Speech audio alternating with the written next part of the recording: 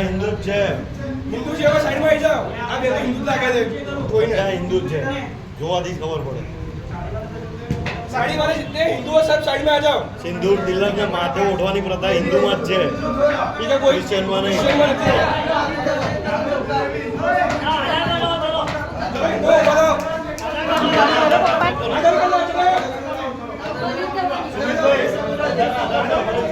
जो भी हिंदू है सबका आधार कार्ड चेक किया है. जो हिंदू नहीं है उसने पहले से पूरा कर दो. आधार कार्ड